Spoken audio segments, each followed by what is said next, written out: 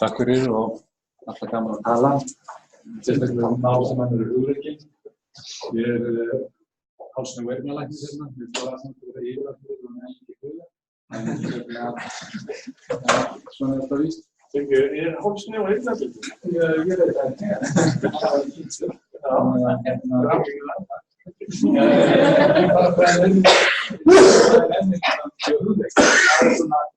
Innhattur sem setjum á hausnum, það sem sagt, ég prófessor í líffærafræði læknadeildinni, það tengst líffærafræðinni núna var ég reikna í 40 ár. Ég byrjaði að vinna hjá Hannesi Blöndal 1982 og hef svona verið viðloðandi líffærafræðina síðan. Ég hef verið 10 en síðustu 12 ár sem sagt á mjög reglulegum grunni.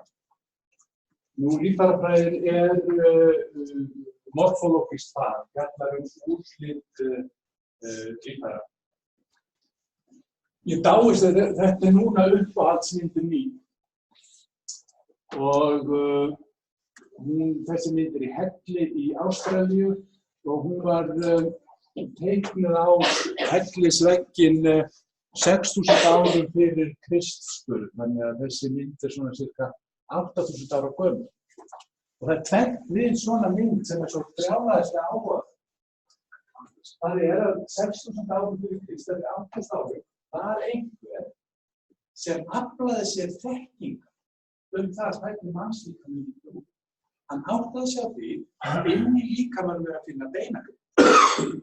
Hannes, já, startu upp á mikrofónum, startu frekar svona þessu svæði, svona þetta. Nei, það var ekki þetta.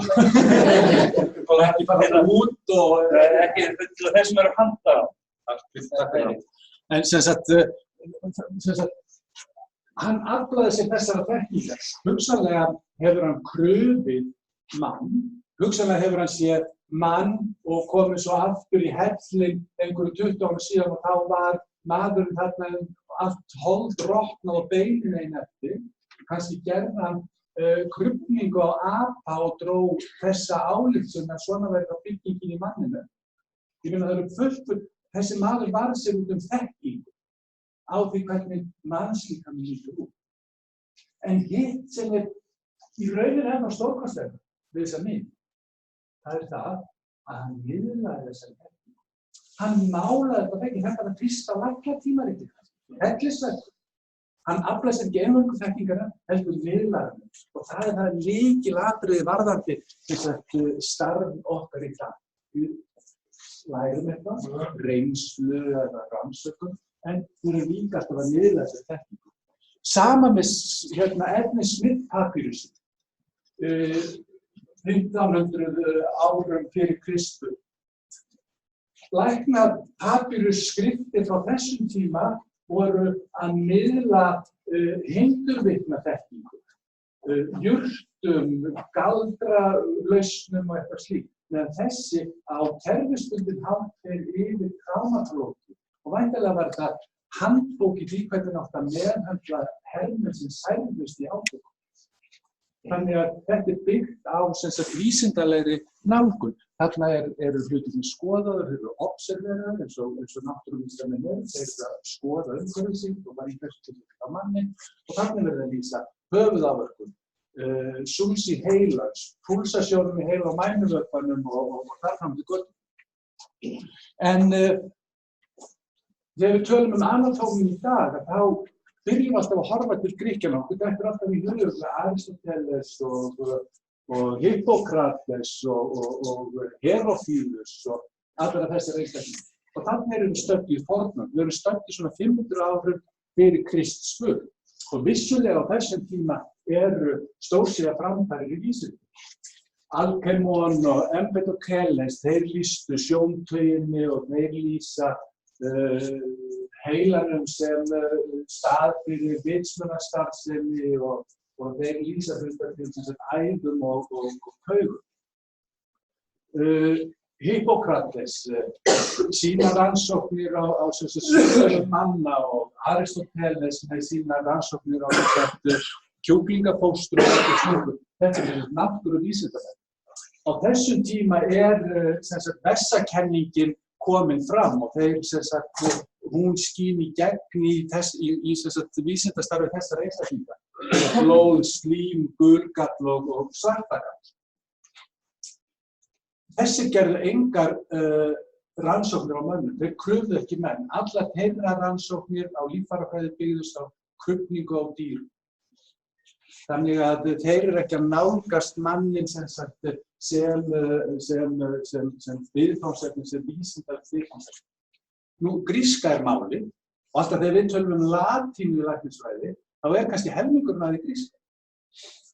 Og Alexandría staður.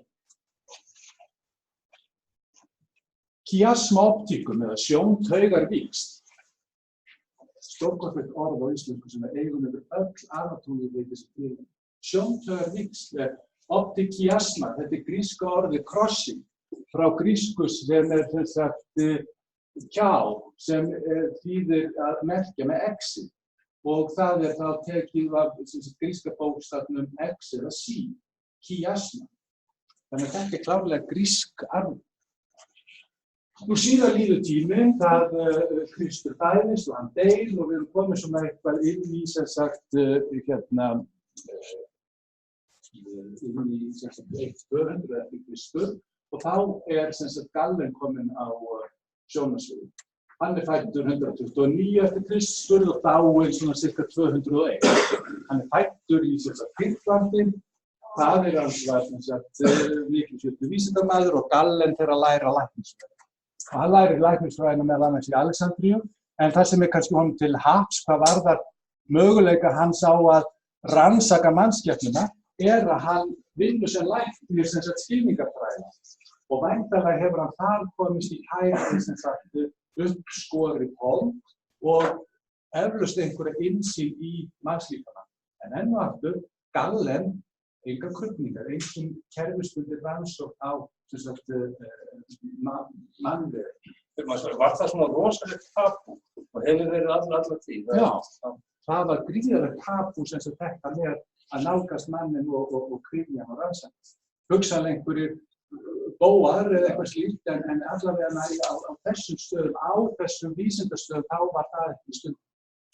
Nú hann undirstrikar enn betur sem sagt mikilvægi þessara vessakenningar og hans læknisfræði öll gengur út á sem sagt misvægi og truflun í sem sagt í þessum vessafræðum og þessi gallenska læknisfræði að hún fylgir sem sagt fylgir vesturlenskri læknisfræði alveg langt inn í 16. öld. Og til dæmis þessi mynd hérna, hún gerð 1551 og að sýna Gallen að kryfja slím. Og það var óhuggulegt að kryfja látna manneskju. Okkur finnst það ekki neitt í það.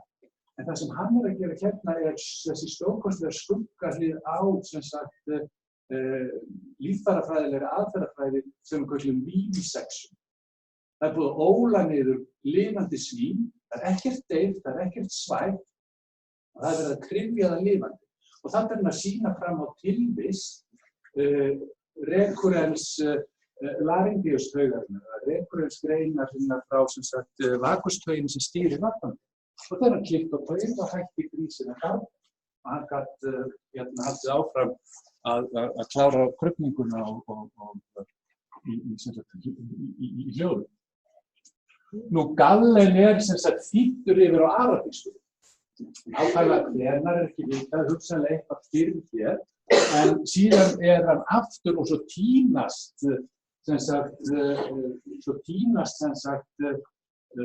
hans frumhandrið og hann þýddur aftur úr arabísku yfir á sem sagt latínu að nýju. Og þá voru arabarnir búnir að sem sagt bæta fullt af hlutum í sem sagt vísindum. Annað dæmi, ég segi hérna á þessum tíma var Rómstaðurinn svona í síðari hluta sem sagt þessa tímabils og það var sem sagt framundir 500-600 eftir Kristur og það var latína málið. Og þarna erum við með dæmi strýtnavíxl, decusatio, og það þýðir sem sagt að krossa rómverski stafurinn fyrir 10 eða deka x. Og þannig höfum við þetta nafn hér. Og þetta segir okkur pínlítið líka. Grikkirnir voru þarna 1000 árum fyrr. Sjóntaugavíxlin mjög augljós þegar maður tekur heila og skoðar. Til þess að átta sig á strýtnavíxlinni eða frissutaugavíxlinni eða einhverjum öðrum fíbri, dekosats og lemmiskorum sem líka finna í heilastofnum. Þá var þetta miklu fíbri í krupning, miklu detaljeraði krupning sem leiðir til þessara fyrirbæra. En sem sagt, við megum ekki gleyma í yfirferð líffærafræðina almennt að arabíski heimurinn, hann lagði mikið til í þekkingu okkar á byggingu mannsins, þau hefur hingað til verið vanmetið.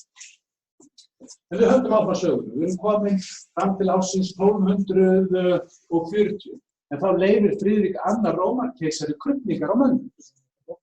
Og þetta leyfir, þessar krufningar voru hugsaðar til þess að bæta heilsu almennings í gegnum aukna þekkingu lækna á byggingu mannslíkamans. Það mátti kryfja 1 lík á 5 ára fresti. Þegar komið fram á 14. öldina, að þá farið að kryfja 1 lík á ári á öllum stóru háskóla-campusunum á Ítalíu.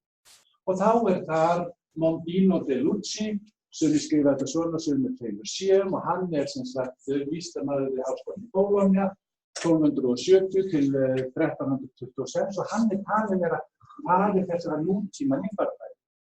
Hann sem sagt vísindamaðurinn og hann með menn í vinnu. Það einn maður sem krýfur, það annar maður sem lyftur upp líffærunum og það hann sem skoðar og skráir lýsingu á líffærunum við krufningu.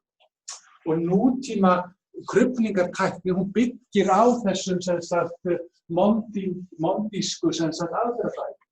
Hann skipti líkamann í 3 hluta, það var kviðarholið, það var brjóstholið og það var hausinn með heilann. Og hann byrjaði augljóslega alltaf á sem sagt kviðarholið. Því að þetta var kapphlaup rotnun. Útlimina var hægt að skera af og bara sólþurrka til síðari tíma krufningar, en búkinn var maður að fara eftir þessari aðferðafræði. Iðrarlíffærin, þarmar og annað strax því að hitinn var gríðarlegur. Og þeir krufnuðu einungis á veturnar og krufningar voru vetraraktivitet í öllum háskólum í gegnum alla Evrópu, allt fram á 20. öldina. Nú, lyktin var óbærileg, það var mikið skaffað og notað víni, kryfjararnir fengu ómelt vín, léttvín og væntanlega grappa og hugsanlega hefur í tengslu við þessa drykkju á einhvern hátt uppgötvast sú þekking að það má geyma líffærahluta í alkóhóli. Enda það konservatívar meðalið til að verja þess að varðveita líkamshluta, það alkóhól. Formaldehýð ekki koma á sjónarsviðið fyrir seint á 19. öld. Og síðan þetta fara hratt í gegnum sögu, svo verður endurreisnin með Leonardo da Vinci, við fáum Andreas Vesalius sem sagt fram á sjónarsviðið og hann sem sagt gerði þessa frægu bók í Humani Corporis Fabrica 1943. Þar var listamaður sem teiknaði allar þessar myndir, sjálfur Kafka og margir hafa talað Vesalius teiknaði en hann gerði það ekki. Nú, þetta eru myndir úr bókinni. Það ekki bara, þarna listamaðurinn sannur sjálfur þessu pínlítið. Við sjáum sem sagt landslag frá Flórens á Ítalíu. Þessi sem sagt fláru einstaklingar að þeir sem sagt standa gjarnan í einhvers pósum og vissulega líffærafræðin detaljeruð en það meira lagt upp og sem sagt listrætni framsetningu.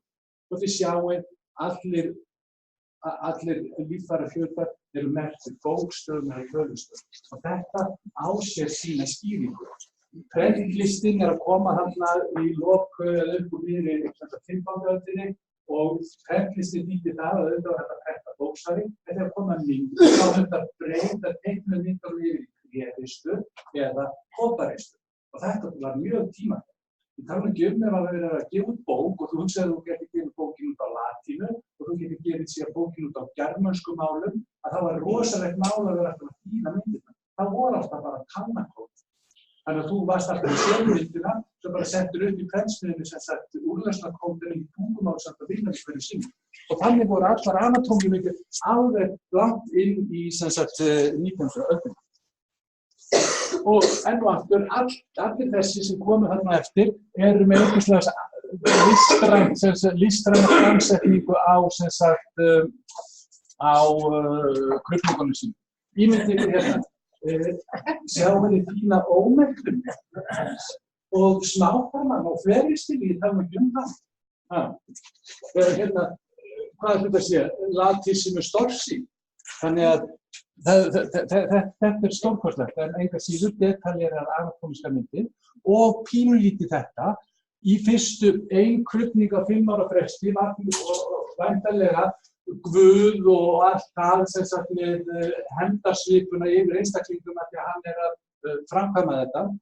Síðan alltaf hlaupið upp á lagið og það að gera þetta gróteskara og gróteskara. Þessar myndir hafa ekki með líffærafræði að gera. Þetta er bara hversu langt getur gengið í að hrista upp í kynning. Þetta er stórkostleg mynd, Alexander, en það er erfitt að nota með einhvers tónsku. Náðast út af það. Nú, þegar við komum inn í sem sagt 19. öldina, þá sem sagt þessi bók hérna, Quain's Elements of Anatomy, þetta aðal sem sagt líffærafræði bók.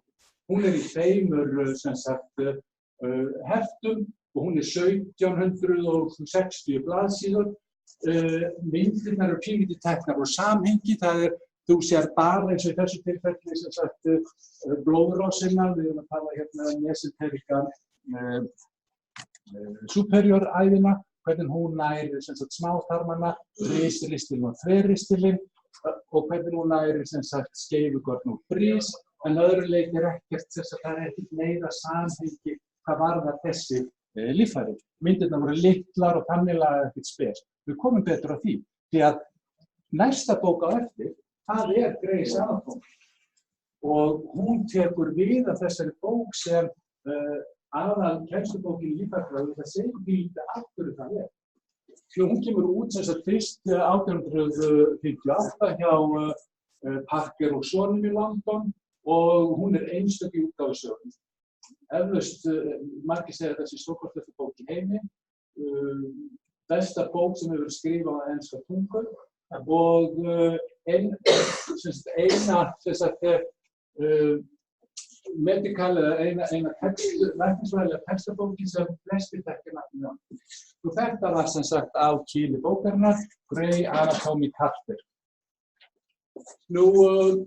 Ári síðar, eða 1859, keypti sem sagt Leo Blanchard í Bandaríkjunum útgáfuréttinn og gaf bókina strax út vegna. Þetta útgáfa frá 1867 í Ameríku, algjörlega óbreytt frá bresku útgáfunni, en bandarísk sérútgáfa kemur fyrst á markaðinn 1870, en það markar fyrstu bandarísku útgáfunni, sem var þá samsvarandi 5. ensku útgáfunni. Hún var annarri stærð en svo breska. 17 árum síðar texta fyrst breytt í bandarísku útgáfunni, átt að þarlendri íðorðafræði. Amerísk, við komum aðeins að þessari íðorðafræði á eftir. En sem sagt, útgáfusagan spannar 161 ár. 5 milljón eintök seld, cirka 30.000 eintök á ári hafa verið seld að þessari bók. En áður könnugur höfundurinn þá finnst mér velta við aðtölu pínlítið af hverju bókina svona þess.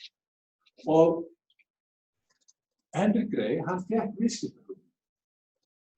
Og á þessum tíma, miðri 19. öldinni, þá fullt að gerast. Það þarna allt einu sem sagt markkópur, sem sem sagt fyrst og fremst skurðlækna. Það þörf og ástand á markaði fyrir eitthvað nýju og hann gerir ákveðna vöruþróun á þessari Quain's Anatomy. Markkópurinn, læknanemar, læknar þá sérstaklega skurðlækna. En þá spyr ég okkur, hvað það sem prýðir þessar skólan skurðlækninga? Það er já, fyrirgefðu. Það er ekki þetta sem þú hugsaðir. Nei, það er dómgreind sem er huglæg skírskotun, leiðbeinandi það hvenær eigi að beita hnífnum. Það er þekking og færni, hlutlæg skírskotun. Það er þekking og færni, anatómíu, asepsis, analgesi og arterial kontroll. Allt þetta hér, anatómíu þekkingin, það var gríðarleg þörf á að læra nýja anatómíu því að við erum að fá öll þessi aseptísku sem sagt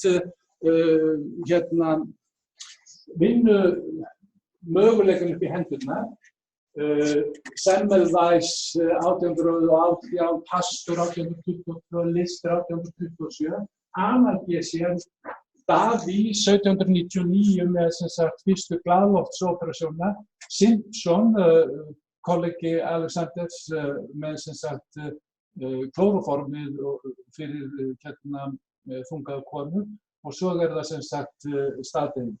Þannig að hér allt í einu fræðigreinin skurðlækningar á flegi þess og síðan arterial control með þarna koma peningarnir á markaðinn, þarna koma sem sagt kemur notkun af kattgött sem í rauninni arabísk uppfinning og það alls ekki kattargött, heldur var þetta kynntaka. Og þá kom the Anatomy Act of 1830.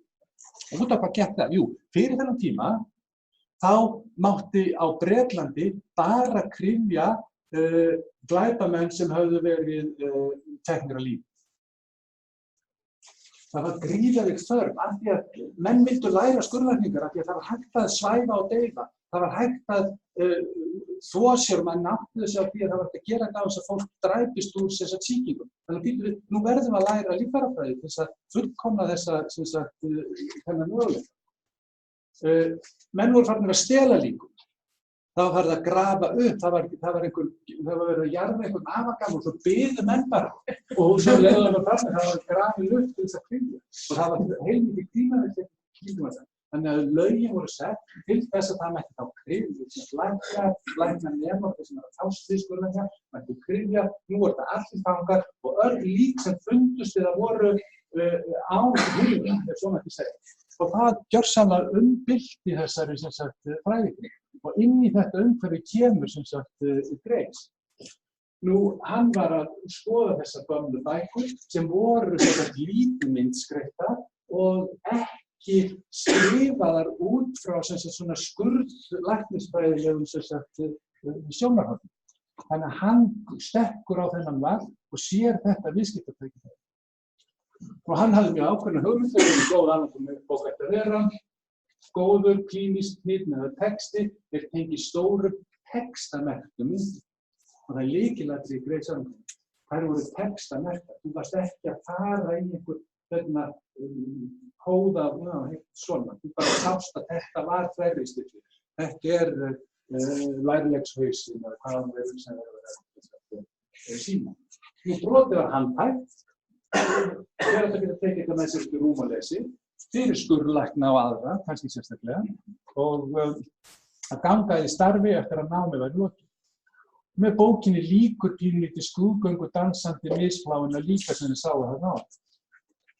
Nú upp á 20. aldarinnar var svo stefna tekin að bókin eftir að vera besta ritað heimstum efningari stinni, stórsíða framfæri, líf og læknisfræði á 20. öldinni gerði það bókin stekka í jafnvægi, þau svo nánast hrundi undan sjálfur sig. Nú 40. útgáfan kom út í Bretlandi 20. september 2018 í ritstjórn prófessor Susan Standring og það var 150 ára útgáfa afmæli bókarinnar. Nú, ég var í London 2005 og að vinna á King College, var að gera það rannsóknir á sem sagt kjúklingafóstrum og með prófessor Anthony Graham. Og þar kynnist ég Susan og hún býður með að ritstýra kaflanum myndun innra eyrans í þessari bók og ég gerði það og hafði gaman að. En hver var þessi Henry Gray? Það er lítið vitað um. Hvenær hann var fæddur? 1827 svona offísíal árið, sumir vilja gera því að hann hefði verið fæddur þá þegar 1825. Foreldrarnir voru Thomas Gray og Anne Gray. Thomas Gray var sem sagt sendiboði konunga, Georgs IV og Williams IV og í ummælum pabba var sagt að hann væri mjög sem sagt staðfastur og það var hægt að líta á hann og hann væri ekki að kjafta frá þegar hann var að fara í þessar leynilegu sendingar. Og það hefur pínlítið erst yfir á svona því að hann sagði lítið frá sjálfum sér. Nú, hvar hann fæddist ekki vitað en hann flytur 30 ára gaman í Wilson High Street sem nálægt Buckingham Palace í London og býr þar. En 7. maí 1845 innritar hann sig sem læknanemi við St. George sjúkrahúsið í London. Frá þessum tímapunkti má fylgja slóð Henry Gray með hjálp staðinna prófa, verðlauna, viðurkenninga og birtra greina. Hann verður læknir 1848, FRS 1852, kúrator í sem sagt anatómiska safninu, það svona safnvörður 1852, fyrir að kenna anatómi 1855 og síðan, 3 árum síðar hann höfundur sem sagt Anatomy, Descriptive and Surgical. Það engin ævisaga til hennar mann. Hann sést hérna í krufningarsalnum í St. George sjúkrahúsinu en lítið af myndum, engin ævisaga. En þá ég að kalla til sögulega annan Henry. Og það þessi hérna, Henry van Dyke Carter, fæddur 1831, dáinn 1897. Hann var patológ eða meinafræðingur og myndskreytti Grays Anatomy. Nú, hann fæddist í Scarborough léni eða héraði 20. maí 1831, sem sagt aðeins yngri en Gray, og hann var sonur Elisu Carter og Henry Barlow Carter og hann var listamaður. Þekktur svona vatnslitamálari á svæðinu og væntanlega hefur listmegin sem sagt Carters sem sagt verið einhver leyti komin frá pappanum en hann var líka listmegin og hafði mikið dálæti á Sir Anthony van Dyck. En eitthvað misritaðist þetta Van Dyck í Van Dyke í millinafni sem sagt Carters, þannig að úr var sem sagt Henry van Dyke Carter. Nú, 1848 skráður sem nemandi við St. George sjúkrahúsið í London.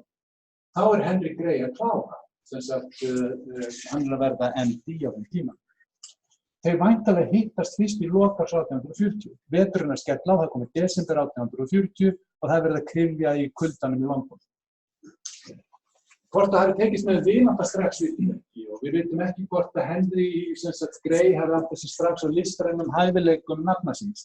Nú var það vinna í anatómi sem dróð á sama fyrst eða var það fyllir í einhverjum pub eða hvað var það.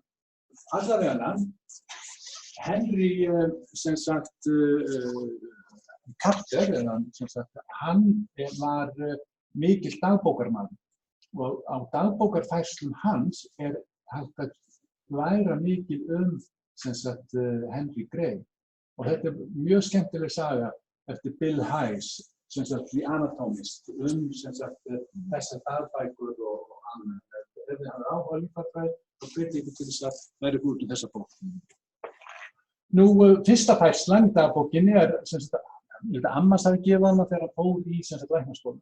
20. maí 1845 og síðan það svona af og til en desember 1848 sem sagt þetta þegar hann mætti að vera að byrja í krufningunum þá sem sagt fara daglega færslur að sjást í dagbókinni. Hann greinilega trúaður og agaður og einn í sem sagt nemandi í stórborg í sem sagt risherbergi þá verður maður að avoid temptation til þess að geta haldið áfram í læknanáminu. Be careful to improve your thoughts when alone. Það mjög gott að geta þetta setja fyrir mér þar. Nú hann líka lýsir því sem fyrir augans ber á spítalanum og mikið hrærður yfir því þegar verið að skera upp fólk og klóróform oft used. Og þetta í London, þetta vaka sem sagt alheimsins og þarna strax byrjað að nota klóróform og þekkingin að nota klóróform sem sagt þá strax þekkt meðal auðvitað á að gera það. Það vilja allir nota, það vill enginn sem sagt pína sem sagt einstakling. Nú, fyrsta krufning Carters þá 3. október 1849 og þá hann farin að fylgja eftir Gray sem þá að kryfja þarna líka og sér að hann greinilega lítur upp til þess. Svo hann að tala hversu mikið honum finnst gaman að kryfja og þetta greinilega erfiðara en maður heldur en maður ekki með einhvern svona krufningsgæti eða manni. Krufði allan daginn og hann greinilega kryfjað þarna upp undir 18 klukkutíma á sólarhring. Stal 2 augum og sýnir hæfileika, hann var að kryfja fyrir aðra og fékk þá Quains, texta anatómíbókina og þar var þessi mynd og takið eftir þessari framsetningu á myndinni hérna og geymið hennar í huga þar á eftir.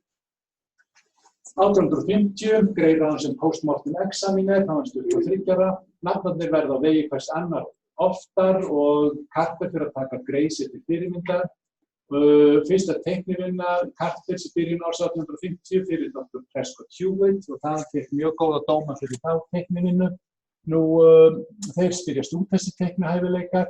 1850 fer Gray að biðja að vinna fyrir sig og bæði að rannsaka milta og svo að skoða kjúklingafóstur og þá fer hann að tala betur og betur Gray, segir hann sé stórkostlegur vinnumaður og fagmaður og góður félagi. Þarna myndast vinskapur, Gray gefur út bók milta, myndskreytta Carter. Og þarna varð honum á svolítið leiðindar og það má lesa það úr þessari ævisögu Carter að hann þakkar Carter ekki fyrir teiknivinnuna við útgáfu þessa bók og það þótti hann leiðið. Nú 1855 Carter búinn stað á anatómíusafni St. George spítalans sem kennari og þá hann þá þegar farin að vinna mikið. Þetta er dagbókarfærsla frá nafn hans. Nú, lítið að segja frá. Gray kom með uppástungu að ég myndi aðstoða við að gera einhvern manúal fyrir læknanema varðandi hvernig þetta kryfja líf. Nú, þeir byrja og hérna komin í maí, þetta hlýtur að enda í einhverju. Gray pínlítið ruglaður en mjög staðfastur. Og þetta sem hann stingur upp á greinilega eitthvað sem hægt að skoða. Í byrjun árs 1856 hefjast þeir félagar handa og hann fyrir að teikna í bókina. Það ómannleg vinna næstu 18 mánuði. Krufðu saman 10, 12, 14 tíma á dag, Gray skrifaði og Carter teiknaði.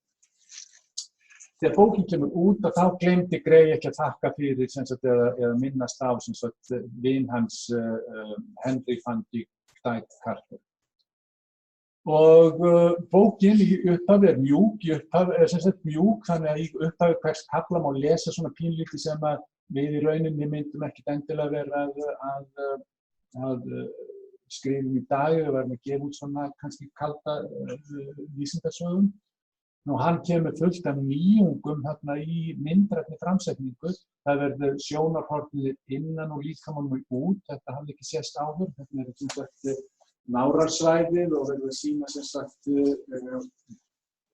internal inguinal ring hérna og epigastrial æðarnar eða inferior epigastrial æðarnar sem skipta þá í lægra hlið herníu og það skematíska myndir, það fullt af nýju. Og hérna sjáum við myndina samanborið við svipaða hálsvíkur Quains anatómíunni, miklu detaljeraði myndir, allir strúktúrar merktir og þetta var beauty í útgáfu Grays anatómíunni. Það voru þessar myndir. Og þannig heldur þetta áfram. Nú, 1860 sem önnur prentun út og selst vel, Gray vinnur að endurskoðun útgáfu en deyr næsta sumar. Endalokin eru sveipum dulúð eins og pínlítið allt hans ævi skeið miðvikudaginn 12. júní 1861 átti Henry Gray að mæta fyrir stjórnarnefnd St. George sjúkrahússins til viðtals vegna heilmikillar stöðu skurðlæknis á sjúkrahúsinu. En hann mætti aldrei. Þegar sama dag lést hann úr bólusum. Nú Henry Van Dyke Carter, hann siglir til Indlands þar sem hann var í Bombay, verður herlæknir. Hann síðan algjörlega þekktur fyrir rannsóknir á smitsjúkdómum og þá kannski sérstaklega Hansen's disease og það hann fer til Noregs og í Bergen hjá Hansen við rannsóknir. Flytur síðan heim 1888, konungur börn og læknir drottning. Og þetta pínulítið myndræna breytingin sem hefur átt sér stað í Grey's Anatomy. Myndirnar verða eru alltaf megin þemað og framsetningin alltaf sú að þær eru merktar. Það að miðla þessari þekkingu og líffærafræði sem þekking það. Nú, það að miðla þekkingu ekki bara að vera með þessar myndir, við þurfum að geta tala og við þurfum að geta tala líffærafræði. Og þetta pínlítið talsmátt á Landspítalanum og ég held að megi alveg yfirfæra hann á sjúkrahúsið á Akureyri. Og þetta talsmátt þegar við erum að miðla einhverju, þá erum við annars verið að miðla það til þeirra sem eru innbyggðir og kunna eitthvað eins og við í líffærafræði eða sjúkdómafræði eða meinafræði eða hvaða þekkingu svo sem við erum að miðla. En við erum sem heilbrigðisstarfsfólk ekki síður að miðla þekkingu til þeirra sem ekki innbyggðir, þeirra sem ekki kunna. Og þá þurfum við að fara að tala eitthvað mál sem allir kunnum. Og við eigum þetta mál. Við eigum íslenska líffærafræði. Bæði hvað varðar líffæraheiti í stórsæri líffærafræði, í vefjafræði, smásæri og í fósturfræði. Þannig að það full ástæða til þess að hafa þetta bak við eyrað og það verið að endurskoða þetta allt saman og búa til íðorðasafn og orðasafn í líffærafræði. Nú fjórða útgáfan komin núna út í október 2019 og þar komið taugakerfi. Þannig að ef þið eigið ekki þessa bækur þá skulið þið fá ykkur þær strax. Það byrjar þær í jólagjöf. Því að íslenskan stórkostleg, hún miklu betri en enska. Við höfum miklu fleiri orð. Í ensku talaðu spinal cord.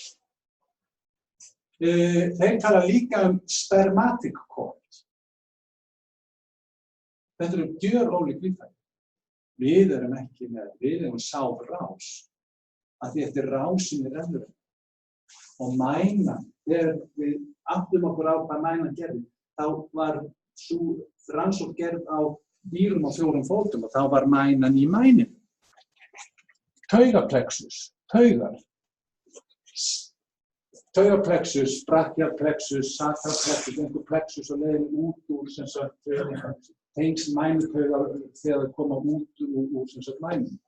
Síðan koma tauganöfnin, sértæk nöfn, til dæmis eins og femoráltaugar.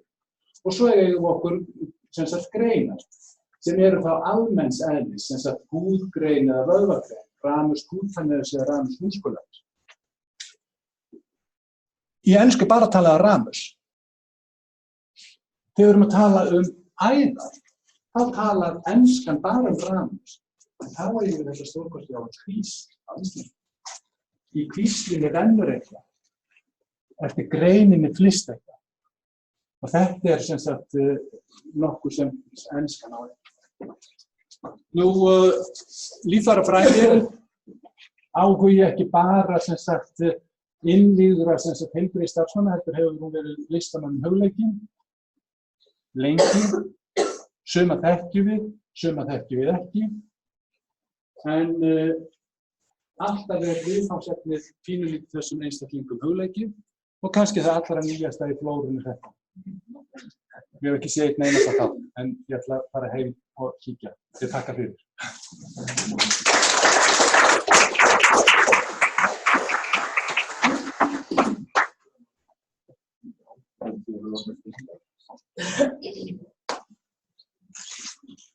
Já, takk Hannes fyrir stórskemmtilegt fyrirlestur. Íþróttasafnið, við gefum svolítið til að finna það á netinu, það er að finna það á Málstöð. Er það einhvers staðar aðgengilegt á netinu, veistu það? Ekki þetta, Nei, ekki það. nei, ekki þetta í það, þetta til sölu. Já. En það á ekki að vera dýrt, sko. En þá vil ég bara einhver að benda á, ég set allar greiningar á íslensku, það hægt í sögunni, það eru á íslensku þar líka. Það til dæmis stórskemmtilegt að setja greininguna Hólaðarskúta helgin, minn uppáhaldsskúli. En það svolítið með söguna, sko, ef þú ferð í leit og þú leitar sjálfur, þú manst nokkuð með kóðan, þú slæðir kóðan og þá færðu íslensku og ensku. Ef þú ferð yfir í ICD-10 og leitar þar gegnum greiningartréð, þá færðu bara ensku. Þannig að þetta ekki alveg nóg gott í þegar gefa mann ekki íslenska ef þú ferð gegnum ICD-10 leit. Já, ég ætla bara að lýsa sérstaklega við þessari íslensku varðveislu. Þetta er ekki á. Þetta er einmitt eins og Gunnar segir. Það er svo gaman að skoða og velta þessum orðum fyrir sér. Við eigum okkur sem sagt svo mörg að vísu erum við svona pínulítið tengt þeim raunveruleika þegar þeir fóru af stað sem sagt miðja 20. öldina að íslenska þetta, að þá voru sem sagt fornir sem sagt landbúnaðarhættir en mjög hugleiknir.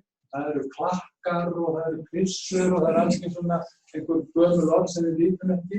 En það er samt tilhneiging þegar þeir eru endurskoða að hverfa frá myndlíkingarorðunum yfir í orð sem lýsa sem sagt starfinu frekar. Og það hættir séð sem sagt miklu betri nálgun heldur að reyna að finna eitthvað sem akkúrat á einhverju tímapunkti einhvern veginn, nú þekkja allir eitthvað sem er tengt tölvum en enginn veit hvað klipperi er eða eitthvað slíkt og það vissi allir hvað klipperi væri en ég efast að nokkur á 1950 vissi hvað væri að download. Aðeins spurði hans bara ópna þessu. Það er langt síðan, sko ekki ármálvarum með handleikjum í fámældi hýðunum eða nokkrum. Þá var ekki verið að senda okkur í krufningar, það var hægt. Er það byrjað aftur? Nei. Það er ekki byrjað, þetta er eins og bara það í gamla daga. Og það sem sagt að skoða svona kúríkúlum læknaháskóla í Evrópu, þá það sumir eru enn inni á þessu og það ég var að segja það ef það tækifæri til þess að kryfja og hafa aðgang að líkum, þá er stórkostleg leið til að læra líffræði. En í dag gríðarlega mikil þróun í sem sagt tölvuframsetningu á líffræði og það komin sem sagt three-dimensional sem sagt krufning og líffræði og í rauninni sem sagt í dag maður tengja þetta við sem sagt röntgen. Í dag MRI í rauninni bara krufning. Það er flottasta krufning sem við getum hugsað. Þannig að það eiga allir orðið MR-myndir, það er verið að mynda þetta hátt dautt hennar niður. Þannig að það þarf ekki að krifja krufning.